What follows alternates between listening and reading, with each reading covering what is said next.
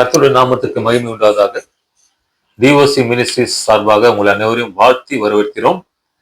சகோதரர் ரூபன் பதர் அவர்களுக்கு வரவேற்கிறோம். நன்றி சகோதரர், எப்படி இருக்கீங்க? ரொம்ப நாள் கழிச்சு நம்ம சந்திச்சிருக்கிறோம். மகிழ்ச்சி, உங்களை பார்த்ததுலயும் மிகுந்த மகிழ்ச்சி. நல்ல ஒரு நீங்க விருந்து கொடுத்தீங்க வீட்டுல, குடும்பம் வந்தது, ரொம்ப சந்தோஷம். Very happy that. கிட்டத்தட்ட ஒரு 5 வருஷம் கழிச்சு உங்களை பார்த்ததுல, அதுவும் குடும்பமா பார்த்ததுல மிகுந்த மகிழ்ச்சி. மிக்க சந்தோஷம். சகோதரரே, நம்ம இந்த தசமாவத்தை குறிச்சு சில நீங்க யூடியூப்ல போட்டிருந்தீங்க, நான் அதை பார்த்திருக்கேன். சில சந்தேகங்கள் அதுல இருக்கு எனக்கு, அதை குறிச்சு பேசலாமா? கண்டிப்பா பேசலாம். சந்தோஷம். இப்போ பரவலாக சபையில பார்க்கும்போது தசமாகத்தை கொடுக்கலன்னா நீங்க சபிக்கப்பட்டவர்னு சொல்லி போதிக்கிறாங்க. இது எந்த அளவுக்கு அது சரியான ஒரு போதனை இருக்கும்? இது வேதத்துக்கு உட்பட்டதா இல்லையா? இது வேதம் என்ன அங்கீகரிக்குதா இல்லையா என்பது கொஞ்சம் சுருக்கமா சொன்ன நல்லா இருக்கும் சகோதரர். நல்ல ஒரு அருமையான கேள்வி ஐயா. அதாவது தசம பாகம் அந்த சப்ஜெக்ட் நம்ம எடுத்தோம்னா, பழைய உடன்படிக்கையில நம்ம அதை அக்செப்டட் ஏத்துக்கலாம். ஓகே. பழைய உடன்படிக்கையில நம்ம அதை ஏற்றுக்கொள்ளலாம். ஏன்னா அதையே தேவன் தனிப்பட்ட ஒருத்தருக்கு கொடுக்கல, ஊழியம் பண்ற அந்த ஊழியக்காரருக்கு தான் அது சொந்தம்னு அப்படி கொடுக்கல. அப்படியா? ஆமா, அப்படி பழைய உடன்படிக்கையில அப்படி கொடுக்கவே இல்லை. அதாவது மனைவிக்கு பிள்ளைகள் சொந்தம். அவர் ஆமா, அவர் ஆலயத்துல தசம பாகங்கள்லாம் கொண்டு பண்டாசாலை சேர்க்கும் போது ஆசாரியன், பிரதான ஆசாரியன், அங்க வேலையாட்கள், தட்டு மூட்டி சாம அங்க வேலையை பார்த்துட்டு இருக்காங்கல்ல, அவங்க சபைக்கு வெளியே இருக்காங்க பாத்தீங்களா, மக்கள் கைவிடப்பட்டவங்க. ஒரு தேவாலயத்துக்கு வெளியில வந்தோம்னா எத்தனையோ யாசகர்கள் இருப்பாங்க, நிச்சயம் கேட்டுட்டு இருப்பாங்க.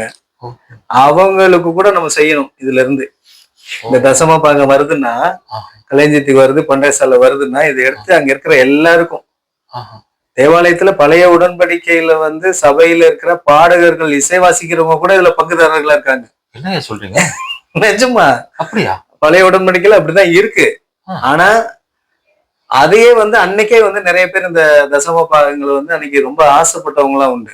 பண்டகசாலை சேர்றத தான் அனுபவிக்கிறதுக்கு ஆசைப்பட்ட எத்தனையோ பிரதான ஆசாரியர்கள்லாம் உண்டு. அது காலம் கடந்து போன விஷயங்கள் அது.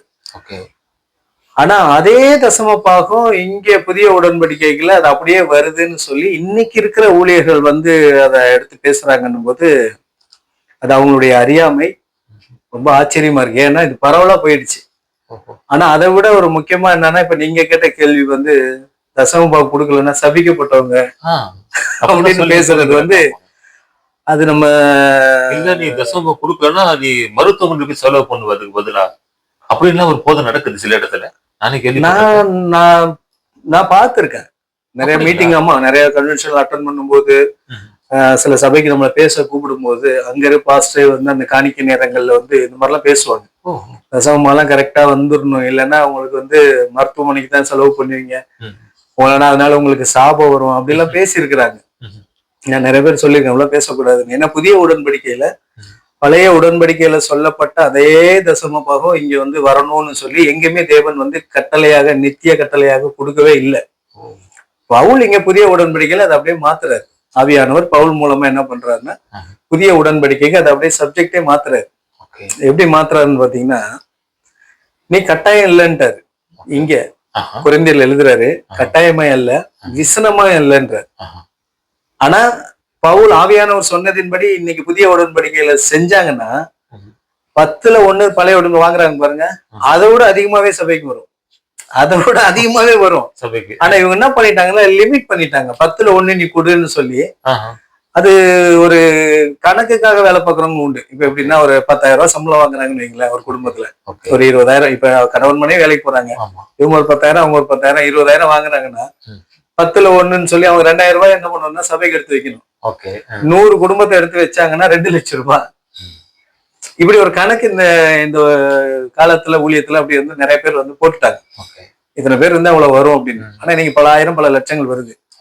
ஆனால் பவுல் சொன்னதின்படி விசனமாயும் அல்ல கட்டாயமாயும் அல்ல, அவன் தன் மனதில் நியமித்தபடி மன விருப்பத்தின்படி தாராளமா தான் செய்யணும்னு சொல்லியிருக்காரு. 10ல் 1ன்னு கண்ட்ரோல் பண்ணது அன்னைக்கு. ஆனா இங்க வந்து நீங்க தாராளமா செய்யணும் அப்படின்னு சொல்லியிருக்காரு. அப்ப தாராளமா செய்யணும்னு சொல்லும் போது அந்த தாராளமா செய்யணும்ன்றத வந்து சபையில கொண்டாந்து ஊழியக்கார்ட்ட கொடுக்கணும் அப்படின்ற கட்டாயம் கிடையாது. அப்படி கிடையாது. இன்னைக்கு சபைன்னு சொல்லிட்டு ஒரு ஆலயத்துல கொண்டாந்து கொடுக்கணும் அப்படின்னு சொல்லி கிடையாது. அதுவும் பழைய உடன்படிக்கையில இருக்கிற வசனத்தை தான் எடுத்து இன்னைக்கு கூட மேற்கோள் காட்டி காட்டுவாங்க. ஆமா, மல்கியாவுல இருக்கிற வசனத்தை தான் எடுத்து வந்து காட்டுவாங்க. இங்க வந்து நீங்க கொடுக்கணும்னு நாங்க சொல்லி இருக்குதே அப்படின்னு சொல்லிட்டு. நானே தேவாலயம் ஆனதுக்கு அப்புறம் இங்க எப்படி ஒரு தேவாலயம் தனியா மட்டும் ஸ்பெஷலா இருக்கும்? கொரிந்தியர்ல சொல்றாரு இல்லையா, நீங்களே தேவனுடைய ஆலயமா இருக்கிறீர்கள் சொல்லிட்டு. தேவனுடைய ஆலயம் பரிசுத்தமா இருக்கிறது, நீங்களே அந்த ஆலயம். இப்ப நானே தேவாலயம்னு சொல்லும் போது நான் எந்த ஆலயத்துல கொண்டு போய் இதை கொடுக்கறது? புரியுதா? நானே ஆலயம் தாச்சு. அப்ப நான் ஆலயம் போது நான் மாத்திரம் கிடையாது, என்ன மாதிரி ஒவ்வொரு மக்களுமே ஒவ்வொரு ஆத்துமாவுமே தேவன் வாசம் பண்ணுகிற ஆலயம் தான். இதை வந்து சிலர் உணர்ந்துட்டோம், கர்த்தரோட ஆவியினால உணர்ந்துட்டோம். பல பேர் உணராம இருக்காங்க. அவங்கள உணர்த்துறதற்கு நம்ம வந்து சுவிசேஷத்தை தான் கொண்டு போய் கொடுக்கணும். கிறிஸ்துவ உருவாகிறதுக்காக நம்ம வந்து கர்ப்ப வேதனைப்படணும். அப்ப கிறிஸ்து உருவாகிறதுக்கு வந்து வெறும் சுவிசேஷம் மட்டும் போதுமா? இல்ல. அவன் பசியில இருப்பான், அவன் மருத்துவமனையில இருப்பான், கைவிடப்பட்ட நிலைமையில இருப்பான். அப்ப அவனுக்கு வந்து நீங்க இந்த மாதிரியான விஷயங்களை கொடுத்து, ஆகாரம் அவனுக்கு ஆகாரத்தை கொடுங்க, வஸ்திரம்னா வஸ்திரம் கொடுங்க. வேதனையில இருப்பான். அப்ப அவனுக்கு பசியில இருக்கிறான்னா அவனை போய் நீ இயேசுவை ஏத்துக்கோ அவனுக்கு பசி போயிடும்னு சொன்னோம்னா அவன் இயேசுவை மறுதளிக்க ஆரம்பிச்சிருவான். அப்ப அவனுக்கு முதல்ல ஆகாரத்தை கொடுக்கணும். அப்ப அதுக்கு நமக்கு பொருளாதார தேவை இருக்கு. அப்ப அதுக்கு அந்த ஆலயத்துக்கு கொண்டு போய் அங்க கொடுக்கணும். அவனை ஒரு ஆலயமா மாத்தி தேவன் வாசம் பண்ணுகிற ஒரு ஸ்தலமாக அவனையும் நம்ம மாத்தணும். இது வந்து தசம பாகத்தினுடைய அடிப்படை கட்டமைப்பு. அன்னைக்கா இருந்தாலும் சரி, இன்னைக்கா இருந்தாலும் சரி. அன்னைக்கு வந்து கொண்டாந்து கொடுக்கணும், இன்னைக்கு நீங்க கொண்டு போய் கொடுக்கணும். ரெண்டுத்துக்கும் வித்தியாசம் இருக்கு.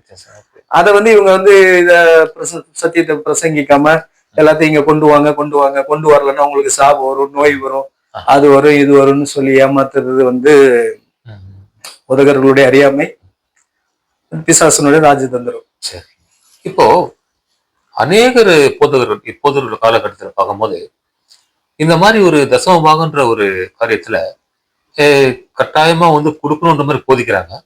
ஆனா அந்த காலகட்டத்திலே, அதாவது மோசே காலத்துல கொடுத்த நியாயப்பிரமாணத்தின்படி தசம பாகம் வந்து ஏழைகளுக்கும் திக்கர்களுக்கும் பிரிச்சு கொடுத்துருக்காங்களே அப்பவே. ஆமா, கொடுத்துருக்காங்க. அப்ப வந்து இப்ப என்ன சொல்றாரு போகணும்னா அதிகமா பண்ணணும்ன்ற, அதாவது மன விருப்பத்தின்படி நீங்க நல்லாவே பண்ணலாம் அப்படின்னு சொல்றாரு. ஆமா, தாராளமா. ஏன் அப்படின்னா எதுக்காக அந்த மாதிரி எழுதுறாரு அப்படின்னா, அன்னைக்கு வந்து ஒரு காலம் வர்றதுக்கு ஒரு வாய்ப்பு இருந்தது. அன்னைக்கு வந்து ஒரு காலம் வர்றதுக்கு ஒரு வாய்ப்பு இருந்தது. ஏன்னா அன்னைக்கு ராக்காலம், ஒரு பகல் காலம் வரப்போகுது, ஒரு வெளிச்சம் உண்டாக போகுது, தீர்க்க தரிசனங்கள் உரைக்கப்பட்டது. ஏசாயா தீர்க்க தரிசனம், ஒரு காலம் வரப்போகுது. அந்த காலம் வந்துருச்சு. இப்ப அந்த காலம், அடுத்த காலம் இனி வரப்போறது கிடையாது. இனி வரப்போறது மறுபடியும் ராக்காலம் தான் வரப்போகுது. அப்போ காலம் இல்லாதனால நீங்க சேர்த்து வச்சு என்ன பண்ண போறீங்க? கோடி கோடியா சேர்த்து என்ன பண்ண போறீங்க? அப்ப அதனால இனிமே காலம் இல்லாதனால நீ தாராளமா கொடு. அப்ப இங்க சேர்த்து வைக்காம அங்க சேர்த்து வைக்கிறதுக்கு இந்த வேலையை செய்ய அப்படின்னாரு. புரியுதா? அப்படிதான் தேவன் உடன்படிக்கை ஏற்படுத்தியிருக்கிறார். இதுக்கப்புறம் வந்து இன்னொரு காலம் கிடையாது இல்ல. இத பேதுரு வந்து நிருபத்துல எழுதுறாரு, ஒரு நாள் வாழ்வை இன்பம் என்று எண்ணி, வசனம் ஒரு நாள் வாழ்வை இன்பம் என்று எண்ணி அப்படின்றார். அநேகர் என்ன பண்ண, இன்பம் என்று எண்ணி ஒரு நாள் வாழ்வுன்றார். இந்த ஒரு நாள் வாழ்வு என்பது எதை குறிக்குதுன்னா, நான் 60 வயசுல போகலாம், சிலர் 80 வயசுல போகலாம், சிலர் 100, பலத்தின் மீதியினால் 120. 120ல ஒருத்தர் போறாருன்னா அவர் இந்த பூமியில வாழ்ந்த நாட்கள் ஒரு நாள் வாழ்வு. நான் 60ல போனாலும் ஒரு நாள் வாழ்வு. அப்ப இந்த வாழ்க்கையை, இந்த பூமியில வாழ்ற இந்த ஒரு நாள் வாழ்வை வந்து இன்பம் என்று எண்ணி பணம், பொன், பொருள், நகர்களை சேர்த்து வச்சுக்கிட்டு என்ன பண்றாங்கன்னா சுகபோக வாழ்க்கைக்கு அர்ப்பணிக்கிறாங்க. அதுக்கு வந்து உலகம் வந்து ஒத்துப்போகும். ஏன்னா உலகம் அறியாமையினாலும் செய்யுது. ஆனா விருத்த சேவனம் பண்ணப்பட்ட ஊழியக்காரங்க வந்து அப்படி இருக்கக்கூடாது. அது மிகப்பெரிய ஒரு பாவம், மிகப்பெரிய பாவம். பணத்துக்காகவும் தசம பாகத்துக்கும் ஊழியம் செய்கிற எந்த ஆத்மாவா இருந்தாலும் அது கடைசி நாட்கள்ல ஐயோ கைவிடப்பட்ட நிலைமை தான். ஆனா அதுக்கு மக்களை வந்து பகட கையா நம்ம உபயோகப்படுத்தக்கூடாது. அதுக்கும் வந்து சொல்யூஷன் கொடுத்திருக்காரு. பவுல் பாருங்க, சுவிசேஷத்தினாலே ஊழியக்காரனுக்கு சுவிசேஷத்தினாலே பிழைப்பு உண்டாகணும்னு எழுதுறாரு. பிழைப்பு உண்டாக வேண்டும்ன்றாரு. இன்னைக்கு இருக்கிற ஊழியக்காரவங்க அதை எடுப்பாங்க. இன்னைக்கு அதை அந்த வசனத்தை மேல்கோர் கட்டி காட்டுவாங்க, சுவிசேஷனால பிழைப்பு இருக்குது அப்படின்னு சொல்லிட்டு. சரி, அதை பவுலர் அப்படியே செஞ்சுட்டு போயிருந்திருக்கலாம்ல, அதுலயே பழிச்சு அவரே கலெக்ஷன் பண்ணி அவங்க அப்போ சொல்றது எவ்வளவு கஷ்டப்பட்டாங்க. நம்ம பண்ற இன்னைக்கு நம்ம செய்யற ஊழியங்கள்ல ஒரு கடுகளவு கூட வந்து அவங்க செஞ்சதுல நம்ம செய்யல. அவங்க செஞ்ச ஊழியத்துல கடுகளவு கூட நம்ம வந்து செய்யல. ஏன்னா அவங்க அதுக்குன்னே அர்ப்பணிச்சாங்க. அவங்களும் மனுஷங்க தான், அவங்களுக்கும் பசிக்கும் தான், அவங்களுக்கும் வயிறு இருக்கு, எவ்வளவு கஷ்டங்கள் இருக்குது. நம்மளாவது இன்னைக்கு வந்து ஒரு சுதந்திர தேசத்துல நம்ம ஊழியம் பண்றோம். அன்னைக்கு அவங்க வந்து பாத்தீங்கன்னா கிறிஸ்துவ பிரசங்கிச்சா கொலை செய்யற தேசத்துல கடுமையான சட்டங்கள், சட்டம் கிறிஸ்துவ பிரசங்கித்தா கொலை செய்யப்படணும். அந்த சட்டத்துல நின்று அவங்க தைரியமா பிரசங்கிக்கிறாங்க. அப்ப எவ்வளவு பினான்சியலாவே அவங்களுக்கு எவ்வளவு தேவைகள் இருந்துரும், எவ்வளவு அந்த டைம்ல கூட அவங்க ஜனங்க கிட்ட கையேந்தி நிக்கலையே. அந்த சிச்சுவேஷன்ல கூட கையேந்தி நிக்கல. ஆனா அவர் சொல்றாரு, சுவிசேஷத்தினால பிழைப்பு உண்டாகிறதுக்கு வாய்ப்பு இருக்கு, பிழைக்கணும். ஆனாலும் உங்களுக்கு முன்மாதிரியா இருக்கிறதுக்காக நாங்க இரவு மூலம் வேலை செய்து நாங்க சாப்பிடுகிறோம். எங்க வேலையை நாங்க ஊழியத்தை கத்த கொடுத்த வேலையை செய்யறோம்னு எழுதுறாங்க. எப்படி பாருங்க, புரியுதா? சுவிசேஷத்தினால கலெக்ஷன் பண்ணி சாப்பிடுறதுக்கு எங்களுக்கு அதிகாரம் உண்டு சுவிசேஷத்தினால. ஆனாலும் முன்மாதிரியா இருக்கணும்னு. அப்ப அதை செய்யறதா, முன்மாதிரின்னு சொன்னார நடந்து காமிச்சாங்களா, இதை செய்யறதா அப்படின்னு பாத்தீங்கன்னா வேலை செஞ்சுதான் ஒவ்வொரு ஊழியனும் ஊழியத்தை நடத்தணும். இது கர்த்தரோட பார்வையில ரொம்ப அருமையா இருக்கு. தசம பாகம் வாங்குறத விட இந்த மாதிரி செஞ்சோம்னா அந்த குடும்பம் வந்து ஆவிக்குரிய இதுலையும் சரி, பூமிக்குரிய ஆசீர்வாதத்திலையும் செழிப்பா இருப்பாங்க. நிச்சயமா எந்த பிரச்சனை இல்லாம ரொம்ப சூப்பரா இருப்பாங்க. அதாவது நீங்க சொல்லும் போது எனக்கு என்ன புரியுதுன்னு பார்க்கும்போது, அந்த சுவிசேஷத்தினால் பிழைப்பு, அதாவது பிழைத்துக்கொள் ஒரு உணவோ உங்களுக்கு அத்தியாவசிய தேவைகள் வந்து அதுல இந்த சுவிசேஷத்தின் மூலியமா பெற்றுக்கொள்ளலாம் சொல்லி வசனம் வேத வாக்கியம் சொல்லுகிறது. அதை போட்டுட்டு காமிச்சிட்டு, ஆகிலும் நான் இவைகளையும் ஒன்றும் செய்யவில்லை, என் கையிலே வேலை செய்து. அப்படி இது எப்படிப்பட்டது ஊழியம், எப்படி எடுத்துக்கொள்ளலாம்? அதிசயமா இருக்கு. நீங்க சொல்லும் போதுதான் இன்னைக்கு உணவு அப்படி இல்லைங்களே. எல்லாமே வந்து ஆடம்பர வாழ்க்கைக்கும் லக்ஸரியான கார், பெரிய பெரிய எப்படி சொல்றதுன்னா சொத்துக்கள் வாங்குவதிலும் அதுல தானே நாட்டமா இருக்கிறாங்க. எப்படி அப்ப மக்களுக்கு ஏன் அது புரிய மாட்டேங்குது? எதனால மக்களுக்கு எந்த ஒரு விழிப்புணர்வு இல்லாம இருக்குது? என்ன காரணம் நினைக்கிறீங்க? மக்களுக்கு விழிப்புணர்வு இல்லாம இருக்கிறதுக்கு காரணம் என்ன அப்படின்னு சொன்னா, அந்த சபையில அந்த மாதிரி இடங்கள்ல வந்து அவங்களுக்கு வந்து தெளிவான சத்தியம் பிரசங்கிக்கப்படல. சத்தியம் பிரசங்கிக்கப்படல. வசனங்கள் விதைக்கப்பட்டிருக்கு, வசனங்களை வந்து பேசியிருக்காங்க, சத்தியங்கள் வந்து விதைக்கப்படல. ஏன்னா சத்தியம் என்பது வந்து பாத்தீங்கன்னா, ஒரு ஓமைக்கு சொல்றேன், ஒரு வேர்கடலை மாதிரி. ஒரு வேர்கடலை கையில எடுத்துட்டு செடியில இருந்து நான் புடுங்கிட்டேன், கொஞ்சம் கையில செடியில இருந்து புடுங்கின வேர்கடலை என் கையில இருக்கு. நான் உங்ககிட்ட கேட்கிறேன், இது என்னன்னு கேட்கிறேன், நீங்க என்ன சொல்லுவீங்க? வேர்கடலைன்னு சொல்லுவீங்க. இது எல்லாத்தையும் நான் உடைக்கிறேன், உடைச்சிட்டு உள்ள இருக்கிற பருப்பெல்லாம் எடுத்து கையில வச்சுட்டு மறுபடியும் உங்ககிட்ட கேட்கிறேன், இது என்னன்னு கேட்கிறேன். இப்ப என்ன சொல்லுவீங்க? வேர்கடலை தான் சொல்லுவீங்க. அப்ப அது இருக்கும்போது வேர்கடலை தான், தனியா பிரிச்சு எடுத்து கையில காமிச்சாலும் வேர்கடலை தான்றான். இப்ப நீங்க அதை சாப்பிட போறீங்களா, இதை சாப்பிட போறீங்களா? அது எழுத்து, அத நம்ம சாப்பிட போறது, அது தோல். இப்ப நான் அந்த தோல் எல்லாம் மட்டும் எடுத்து காமிச்சா நீங்க என்ன சொல்லுவீங்க? தோலுமீங்க. இதுக்கு முன்னாடி இதை தானே நீங்க வேர்கடலை நீங்க. அப்போ ஒரு வேர்க்கடலையை வந்து எப்படி நம்ம உடைச்சு உள்ள இருக்கிற ஜீவன், அதுதான் நமக்கு சத்து, அதை நம்ம சாப்பிடுறோமோ, வசனம் அந்த மாதிரிதான். தசமபாகத்துக்குள்ள இவ்வளவு விஷயங்கள் இருக்கு. வசனமும் அதே மாதிரிதான். அப்ப ஜனங்களுக்கு வந்து வெறும் வார்த்தைகள் விதைக்கப்பட்டிருக்கு, அதாவது வசனங்கள் விதைக்கப்படுது, வசனங்கள் விதைக்கப்படுது. தசம பாகனா நீங்க கொண்டு வரணும், இங்க நீங்க கொண்டு வந்து கொடுக்கணும், கொடுக்கலன்னா என்ன நீங்க வஞ்சிக்கிறீங்க, என்ன வஞ்சிக்கிறீங்கன்னா அதனால உங்களுக்கு தீமைகள் ஏற்படும் அப்படின்னு அங்க இருக்கிறத இங்க கோடிட்டு காமிக்கிறாங்க. ஆனா புதிய உடன்படிக்கையில அந்த வேர்க்கடலை உடைச்சி உள்ள என்ன சுவை இருக்கோ அதை நீங்க ஜனங்களுக்கு கொடுத்தீங்கன்னா 10ல் 1 நீங்க கொண்டு வராத. நான் என்ன இடையில மீடியேட்டரா? நான் வாங்கி அவருக்கு சப்ளை பண்றதுக்கு இடைத்தரகர் மாதிரி ஆயிட்டேன்ல. அப்ப நீங்களே என்ன பண்ணணும்னு சொன்னா, கைவிடப்பட்டவங்க, எத்தனை வியாதிஸ்தரு, உங்களுக்கு வர வருமானத்துல ஒரு தொகையை நீங்க ஒதுக்குங்க. ஏன்னா கடவுள் உங்க கையின் பிரயாசத்தை ஆசீர்வச்சிருக்காரு. எங்கேயோ ஒரு இடத்துல இல்லாதவங்க இருக்கான். இன்னைக்கு நைட்டு நம்ம நல்ல நிம்மதியா சமைச்சு சாப்பிட்டு தூங்குறோம், அவன் நைட்டு சாப்பிடாம பக்கத்து வீட்டுக்காரன் படுத்திருப்பான். புரியுதா? சாப்பிட்டானா இல்லையான்னு எப்படி தெரியும் உங்களுக்கு? நம்ம வீட்டுல பிரியாணி சாப்பிட்டு தூங்கிட்டு இருப்போம், அவன் கஞ்சி குடிக்கிறது வழி இல்லாம தண்ணீர் இருப்பான், ஏதாவது உதவி கிடைக்குமா அப்படின்ட்டு. அப்படிலாம் இல்லாமலாம் யாரும் கிடையாது. நீங்க எவ்வளவு பேர் இருக்காங்க, எந்த உலக நாடுகள், எல்லா வளர்ந்த நாடுகள்ல கூட இருக்கு அந்த மாதிரி ஆட்கள் இருக்கிறாங்க. அப்ப அந்த ஆத்மாவை தேவன் பாக்குறாரு. ஒரு ஆத்மா தோண்டு போகுது, அப்ப அவங்களுக்கு எல்லாம் நீங்க உதவி செய்யணும் போது என்ன பண்றாரு, தனிப்பட்ட ஒரு பாஸ்டரை நியமிக்காம சபையவே நியமிக்கிறார். அன்னைக்கு வந்து ஒரு ஆலயம் நியமிக்கப்பட்டது, பிரதான ஆசாரியர் நியமிக்கப்பட்டாங்க. இன்னைக்கு புதிய உடன்படிக்கையில சபையே நியமிக்கப்படுது. எல்லாரும் அந்த வசனத்தை பரவலா எல்லாருமே செய்யணும். அப்ப அதுலயும் அந்த சபையை நடத்துற வரையும் அந்த சபை மக்கள் வந்து என்ன பண்ணணும், அங்க கர்த்தருடைய வாழ் ஒரு மூப்பனை வந்து அவன் குறைவு இருந்தானா அவனோட குறைவுகள்ல இவங்க வந்து எடுத்துக்கணும். ஆனா அவரும் வந்து வேலைக்கு போகணும். வேலைக்கு முடியாம இருக்கும்போது பொருட்படுத்தி நடத்திக்கலாம். உடல்ல தெம்பு இருக்கும்போது வேலைக்கு போகணும், ஒரு தொழில் செய்யணும். அப்போஸ்தலர்கள் கூட கண்டிப்பா இருக்கணும். அவரு எப்படி அப்போஸ்தலர்கள் முன்மாதிரியா இருந்தாங்களோ சபை மூப்பர் போதகர் அப்படி இருக்கணும். அப்படி இருந்தாதான் வளர்ந்து வருது அடுத்த ஜெனரேஷன் அதை காப்பி பண்ணுவாங்க. அப்பதான் அந்த கிறிஸ்துவின் உபதேசம் சரியா நடந்து போகும். அப்ப இந்த இடத்துல வந்து உங்களுக்கு பண ஆசைக்கு வேலை கிடையாது. அது வரும், எல்லாரும் பகிர்ந்து எடுப்பாங்க, அவங்க தேவைகளை எல்லாம் நிவர்த்தி செய்யப்படும். ஆனா இன்னைக்கு அப்படி கிடையாது. தனிப்பட்ட ஒருத்தர், அவங்க குடும்பம் பல லட்சங்கள் பல கோடிகளை இன்னைக்கு சம்பாதிச்சு அவங்க வந்து கிறிஸ்துவ விட்டு ரொம்ப தூரம் போயிட்டாங்க. கிறிஸ்துவ விட்டு ரொம்ப தூரம் போயிட்டாங்க. அப்போ ஒரு படகு ஒரு கப்பலை இயக்குற ஒருத்தர் எவ்வளவு தூரம் எங்க ஓடிக்கிட்டு போறாரோ அந்த சபை மக்கள் பின்னாடி தானே போய் ஆகணும். அந்த கப்பல் போய் பனிக்கட்டியில மோதுதோ அல்லது அதனால பாதாளத்துல விழுதோ யாருக்கு தெரியும். அப்ப அவங்களாம் என்ன பண்ணணும்னா தேவனை வந்து சார்ந்து போற பாதை சரிதானான்னு ஆவியான ஒரு துணையை தேடினால், ஆவியானவரை போல மிக சிறந்த ஒரு ஆசிரியர் யாரும் கிடையாது. ஆவியானவரை போல மிக சிறந்த ஒரு ஆசிரியரும் அவரை போல ஒரு தலை சிறந்த போதகரும் யாருமே கிடையாது. அவருடைய துணையை நம்ம தேடினோம்னா தேர்ச்சி பெற்ற மாணவனா நம்ம மாறிடுவோம். நமக்கு நல்ல பயிற்சி கொடுப்பாரு. கண்டிப்பா அந்த விஷயத்த நம்ம கவனிக்கணும். கண்டிப்பா கண்டிப்பா ரொம்ப அழகா தெளிவா சொன்னீங்க பிரதர். இப்ப என்னன்னா, இப்ப இந்த விஷயங்கள் வந்து இப்ப நமக்கு இப்ப உங்களுக்கு தேவன் வெளிப்படுத்தின காரியங்கள், இதே வேதம் அநேகர் கையில இருக்குது, சபைக்கு போறவங்க கையில இருக்குது, போதியரும் கையில இருக்குது.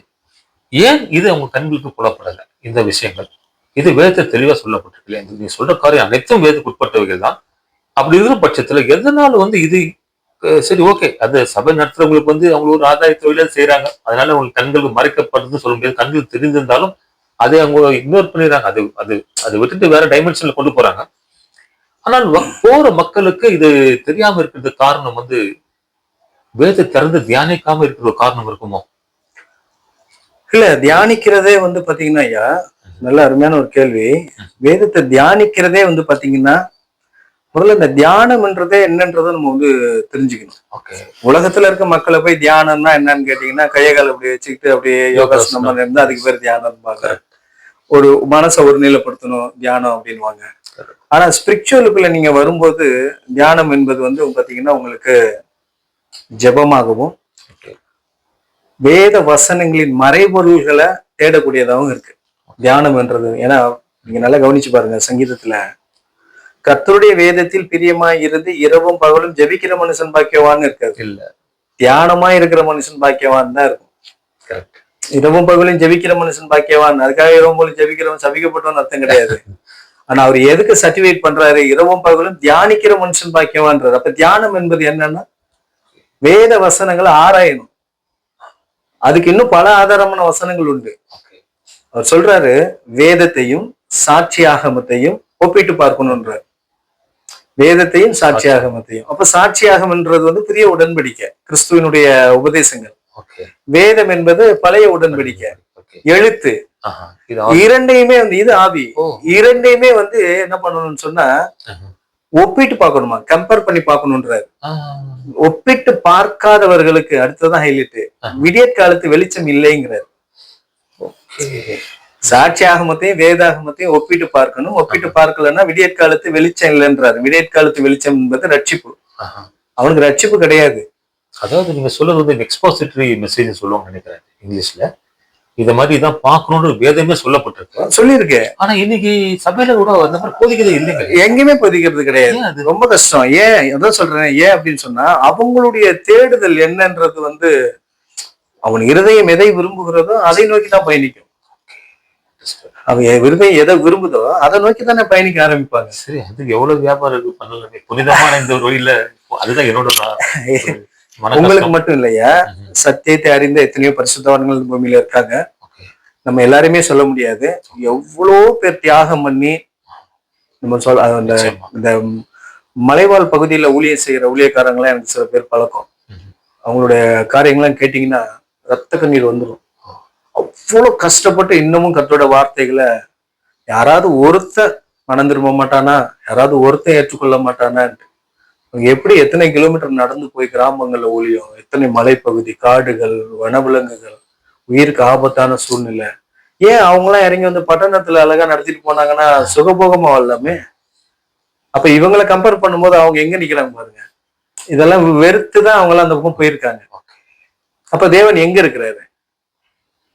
அப்ப ஏன் இவங்களுக்கு இந்த வசனங்கள் பிடிபடலை அப்படின்னு சொன்னா, இவங்க வந்து இந்த சாட்சியாகமத்தையும் வேதாகமத்தையும் ஒப்பிட்டு பார்க்கிற அந்த அவயவங்கள் அவங்களுக்கு இல்லை.